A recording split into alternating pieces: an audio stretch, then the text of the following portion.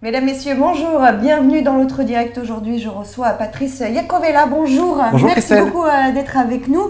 Alors, on va un peu parler des enfants, plutôt des ados. Vous êtes sophrologue pour enfants, pour adolescents. Et là, il y a une grosse période qui arrive, c'est les examens. Exactement. Le bac. Et aussi pour les étudiants, les fameux Bac, voilà, BTS, les collèges, tout examen confondu. Tout examen, bref. Donc il faut se préparer. Et il ne faut pas se préparer n'importe comment, j'imagine. Comment déjà l'enfant, l'adolescent affronte entre guillemets ces examens? Il y a toujours du stress, etc.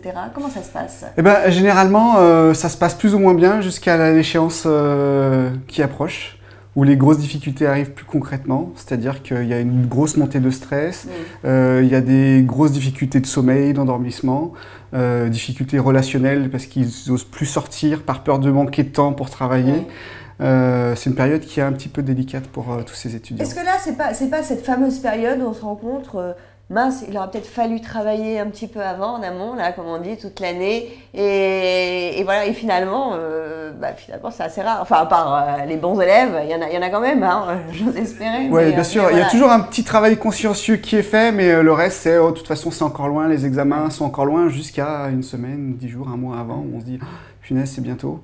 Et puis, c'est pas trop tard, en tout cas. Alors, justement, qu'est-ce qu'il faut faire? C'est quoi les petits trucs? Et j'imagine aussi, il y a des choses à dire aux parents. Oui, alors déjà, on va prendre l'étudiant en lui-même. Il faut qu'il ait un travail sérieux tout au long de l'année, sans forcément focaliser sur l'examen final. Il y a également toute une préparation à faire, je dirais préparation mentale, hein, comme un sportif, il faut se préparer. Il faut prendre du temps pour soi. Les derniers moments, il ne faut pas forcément s'acharner à vouloir réviser tout au dernier moment. Et puis les parents, je dirais qu'il faut qu'ils laissent un petit peu leurs enfants faire et gérer leur stress à leur manière, parce que souvent les parents répercutent le stress qu'ils ont sur leurs enfants et il y a double stress. Double stress, exactement. Et là, c'est vraiment pas bon. Exactement. Genre, il faut travailler, qu'est-ce que tu fais, etc. Exactement.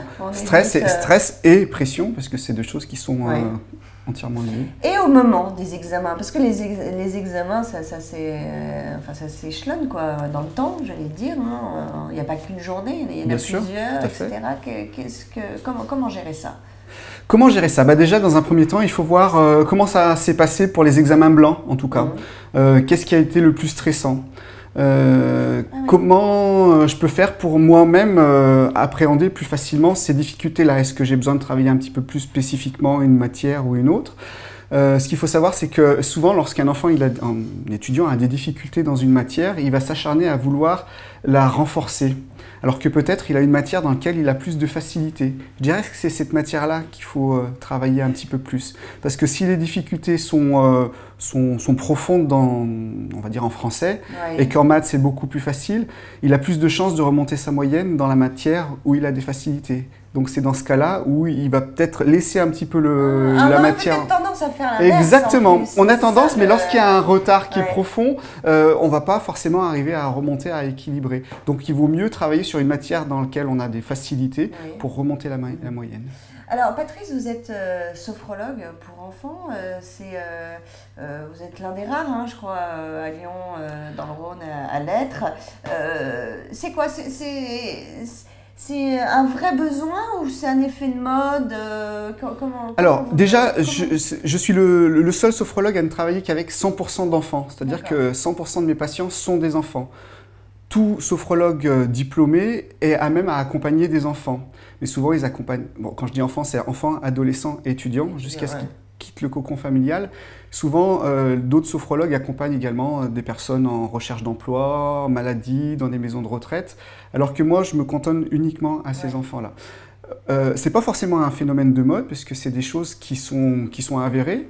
Et donc, il faut arriver à gérer ces difficultés-là. Alors, difficultés qui sont liées au quotidien, telles que des peurs, des phobies, des troubles du comportement, de l'alimentation ou du sommeil, mais également toutes les difficultés qui sont attrait à la scolarité, comme difficultés de concentration, d'apprentissage, de mémorisation, parfois manque de confiance, de créativité, voilà, c'est un ensemble. Et ça vous avez le plus de... Enfin, c'est quoi les enfants aujourd'hui? Comment on peut les qualifier, ceux que vous rencontrez au quotidien? Alors, les enfants... C'est quoi leur problème? Alors, c'est ça le problème, c'est que les enfants aujourd'hui ont des problèmes d'adultes.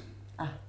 Ils ont les problèmes que la société leur met, que les parents leur mettent, et comme ce sont des éponges, et ben, ils absorbent tout, et ils n'ont plus forcément les problèmes d'enfants. Et du coup, lorsqu'ils seront grands, ils auront leurs vrais problèmes d'adultes, plus il y a de fortes chances qu'ils aient les problèmes d'enfants qu'ils n'ont pas eus. Qu'ils n'ont pas eu. Ça veut dire quoi? Ça veut dire que les parents n'arrivent plus à faire la séparation entre leur monde à eux de parents, d'adultes, et les enfants? C'est un petit peu tout, c'est un petit peu les parents, c'est un petit peu les médias, c'est un petit peu la société qui veut ça. Quand un enfant il a des difficultés scolaires et qu'il dit de toute façon ça sert à rien de travailler parce que papa il est au chômage et puis qu'il y a de plus en plus de chômage. On vous dit, ça, ah ouais, bien sûr. C'est lourd à entendre, à porter pour les enfants, pour les parents qui culpabilisent, qui se sentent responsables, et puis pour l'enfant qui freine un petit peu, qui relâche un peu. Qui freine un petit peu. Et justement, c'est quoi du coup? Comment vous parlez avec eux? C'est quoi les paroles que vous pouvez leur dire? C'est ses propres paroles, mais avant tout, je vais aller rechercher les ressources qu'il a. C'est-à-dire que tous les enfants ont un potentiel, des ressources intérieures qu'il va falloir aller faire émerger parce qu'ils n'en ont peut-être pas conscience ou ils ne savent pas comment les gérer.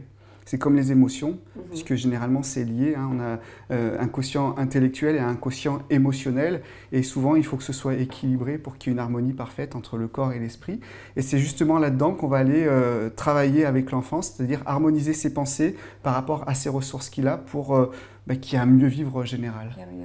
Et là, vous suivez les enfants au long terme, au court terme? Comment ça se passe d'une manière assez concrète? Alors la sophrologie, c'est ce qu'on appelle une thérapie courte, brève. Donc moi, je les reçois sur un minimum de 6 séances, espacées dans un premier temps de 15 jours. Et puis après, en fonction de son implication, parce qu'il y a quelques exercices à refaire à la maison, en fonction de son implication, de sa volonté, de sa motivation, après on espace 3 semaines, 1 mois, voire 2 mois, de façon à ce qu'il soit le plus autonome possible et le plus rapidement, sans forcément qu'il y ait une addiction et sans forcément qu'on se voit pendant 1 an ou un petit peu plus. Donc c'est relativement rapide. C'est relativement rapide, mais vous êtes vraiment à l'écoute.